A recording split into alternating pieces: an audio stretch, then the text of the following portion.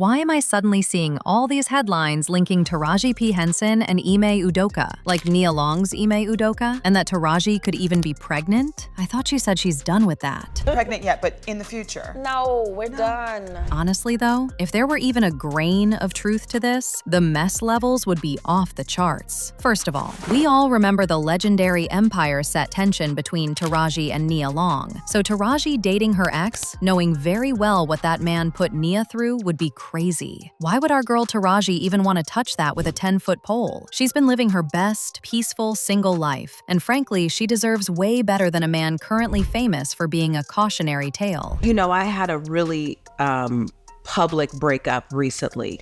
It was a wake-up call for me in the sense of like,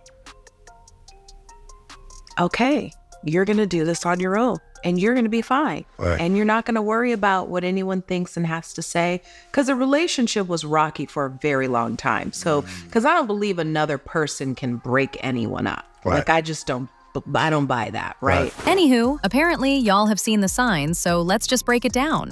Okay, so the rumors about Taraji and Ime circulated from a deleted behind-the-scenes clip from a promotional event where Taraji was seen glowing and playfully rubbing her stomach while joking about sweet surprises. Somehow, people assumed that she was pregnant and that the baby daddy was Ime because they were allegedly both in Houston for separate professional reasons the same week. I mean, this is obviously a long short, but we actually have people saying we really can't put anything past Hollywood. On the other hand, others are saying that this would just be a recipe for chaos given Nia's history with both Taraji and Ime. First of all, her divorce from Ime was messy as hell. Back in 2022, Nia was hit with news that Ime cheated on her, and the most devastating part was that she found out about it along with the rest of the world. At the time, sources reported that Ime had engaged in an intimate relationship with a woman, a Boston Celtics staff member, while he was serving as head coach. Things actually got super spicy after that, when allegations started making rounds claiming that Ime Udoka was caught sleeping with numerous women on the Celtics staff during his tenure as head coach, but the affair that made headlines was the one with Kathleen Lynch. See, Nia was particularly devastated because Ime knew that things were going to go sideways sooner or later, but he did not even give her a heads up. She actually expressed her disappointment in being blindsided by Ime and the team members and executives who knew what was going on for months. To make matters worse, Nia had just moved to Boston 2 weeks before the news broke, and Ime's side piece, Kathleen, was reportedly the one who helped coordinate her travel arrangements. Jeez, the audacity, guys. Basically, Kathleen knew exactly who Nia was, possibly even when she would be with Ime, and that gave her the opportunity to properly schedule when she would be with Ime. Now, soon after the affair became public, the NBA team announced that they had suspended Ime. And while Ime was suspended from the team, Kathleen did not face disciplinary action over the situation. In fact, she wasn't even mentioned. For his part, Ime also released his own statement, saying, "I want to apologize to our players, fans, the entire Celtics organization, and my family for letting them down. I am sorry for putting the team in this difficult situation, and I accept the team's decision. Out of respect for everyone involved, I will have no further comment." Well, since Kathleen was being protected, people did their own digging and found out that Kathleen was a devout Mormon, married with 3 kids, and she was a friend of former Celtics chief of basketball operations, Danny Ainge, who helped her secure her position with the team. Ainge is a fellow Mormon, and Kathleen apparently went to Brigham Young University with his daughter. People also found out that Kathleen graduated in 2011 and was later hired by the Celtics, working under Ainge, who was the chief of basketball operations at the time. And you know what? Ainge allegedly learned about the affair between Kathleen and Ime in the summer of 2021, but did not intervene. It was also reported that Kathleen was spotted wearing her wedding and engagement rings 4 months after the affair with Ime went public, which means her marriage didn't get the hit like Nia's. Other than that, Kathleen was largely protected, especially by the Celtics team, who had hired a law firm months before things blew up and was investigating Ime for months. Anyway, following the split, Nia admitted to The Cut that she and Ime's son, Kez, were having a really tough time dealing with the aftermath of the situation. She said, "The Celtics made a choice to make my family business public, and I don't understand why. It could have all been handled internally. I do understand why, but I can't talk about it." about it. Maybe one day I will. You know, fear drives stupidity, and I'll leave that right there. I've learned that I'm stronger than I ever thought I was. Well, even though they were happy to make things public, Celtics was very deliberate in leaving out Kathleen's name from their announcement, and that is just nasty. How you gonna protect one woman and not the other? It had all shades of racism written over it. She also told Hollywood Reporter that no one from the team reached out to her or even cared to ask how her son was doing after the whole scandal blew over, saying, "If you're in the business of protecting women, I'm sorry. No one from the Celtics organization has even called to see if I'm okay, to see if my children are okay." I think the most heartbreaking thing about all of this was seeing my son's face when the Boston Celtics organization decided to make a very private situation public. In addition, Nia also expressed frustration over white people tears when she shared a video of Dr. Yaba Blay speaking to her two friends on their We Can Do Hard Things podcast about how the world treats white women's tears versus black women's tears. According to Dr. Yaba, the way people respond to white women crying is way different to how they respond to black women crying, because a black woman could be rolling on the ground crying and screaming and no one would care. But the moment a white woman cries, the whole world stops to figure out why she's crying. By white tears. Most of us are moved by white tears because we don't actually think they're real.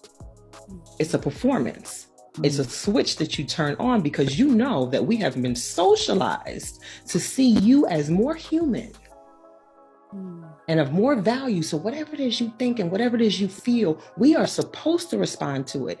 Y'all don't respond to black women crying the same way. Nobody does. So, given what Nia went through with Ime, you see why people would say that Taraji should know better than to date such a man. Plus, like I said, there's also the issue of the long-standing beef between Taraji and Nia Long. Okay, what happened was that Nia had a recurring role on Empire Season 3, playing an ex of Lucius Lyon, who was in the process of getting back together with Taraji's character, Cookie. However, her character was taken out of the show pretty quickly, and according to sources, it had a lot to do with how Nia was relating with the cast and crew during production of the show. Sources said that the hair and makeup people lodged a formal complaint against Nia Long because she was just a lot, which was the first time they had filed a formal complaint against anyone, and the show had hosted numerous guest stars. Apparently, she was habitually late for her scenes, and her co-stars would sometimes be waiting on set for 30 minutes. Also, when Nia Long didn't show up, producers would use a stand-in for her so that Taraji and Terrence Howard could rehearse their scenes, and it reached a point where Taraji just couldn't handle it anymore. Then things escalated on one of those occasions when Nia was late, and one person on set asked her why she's always on black people time. Apparently, Nia was super agitated, and she escalated things on set to the point where Taraji stepped in and asked Nia, "Why are you so mad? Are you on your period?"